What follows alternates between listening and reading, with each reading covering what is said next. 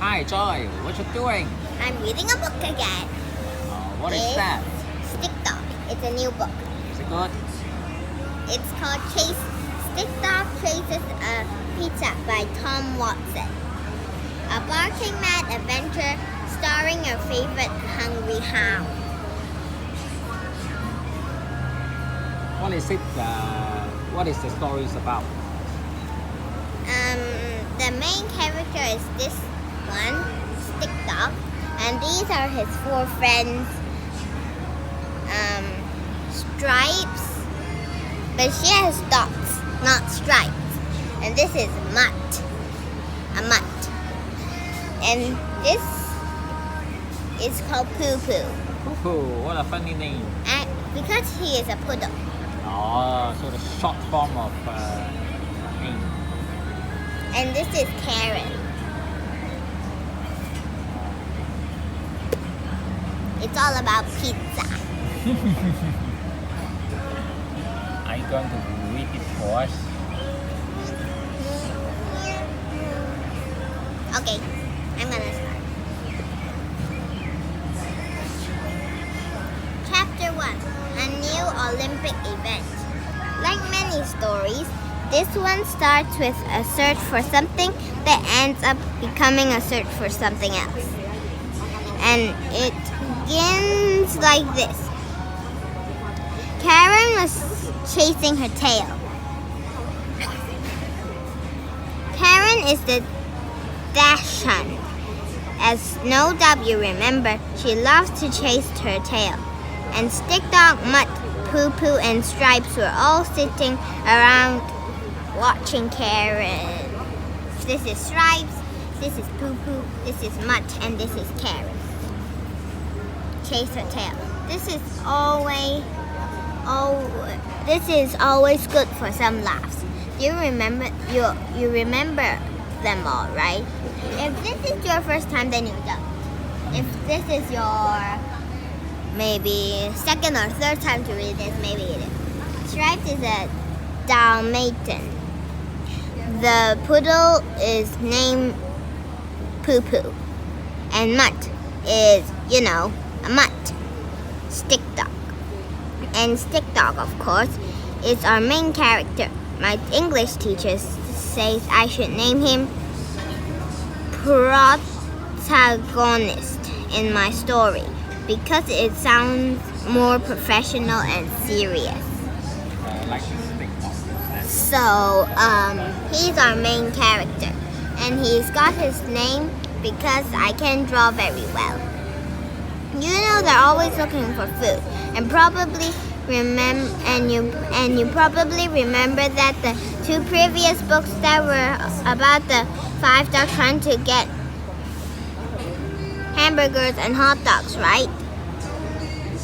And most important, do you know about our agreement? The one between you, the reader, and me, the writer and not so good illustrator? What's that? You forgot our agreement? Typical. Okay, Mr. or Mrs. Forgets everything all the time. I'll remind you. Our agreement is this. I promise to do my best to tell you an engaging, hopefully funny adventure story about Stick Dog and his 4 goofball friends. Goofball. And you promise not to give me any trouble if my drawings aren't so good or if the story goes off in another direction now and then. We have a deal then? Okay. Deal done. Just search for deal done. Okay, let's get back to Karen chasing her tail. Do you think she'll catch it? I'll give you a hint.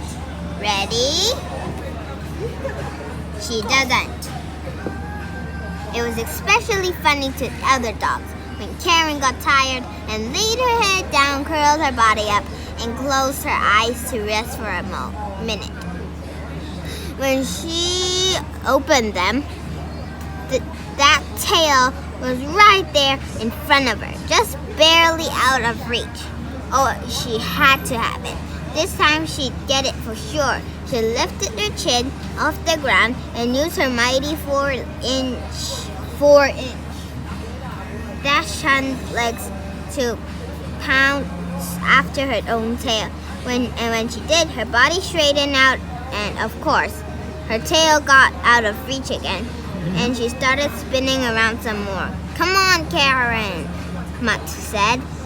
"A little faster, just a little faster." "Yeah," Stripes said, trying to suppress her laughter. "You're almost there. Stretch out a little more, just a little more." "You almost got it last time," said Poo Poo, his fur-covered belly panting in and out. Stick Dog watched the scene with quiet bemusement. He enjoyed the fruitless efforts of Karen's tail chasing just like anybody would. But he also took great pleasure in watching Stripes, Poo Poo, and Mutt as they watched Karen. This happened often with Stick Dog. He always liked to watch his friends as they laughed because it makes him feel good. Of course, Karen could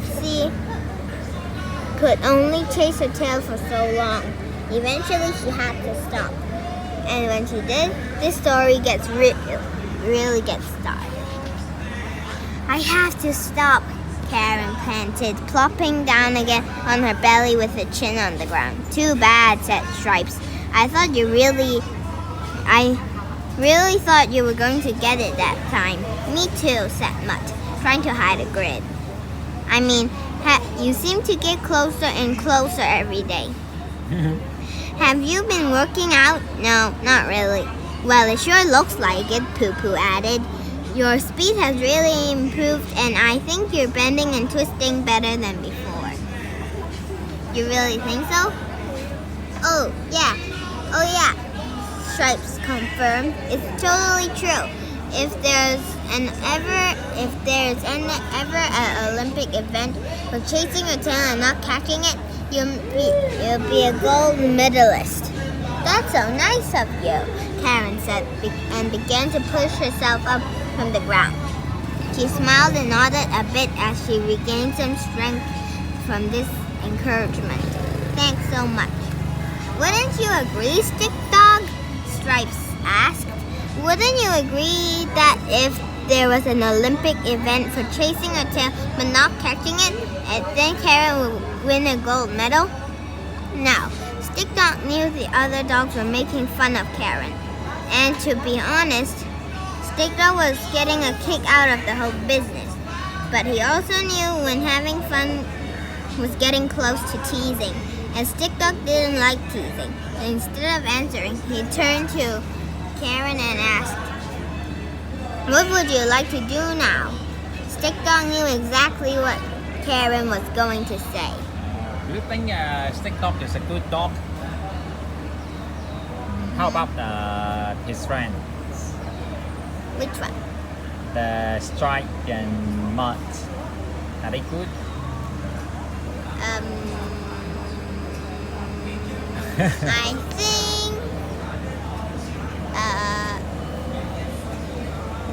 I think they're silly.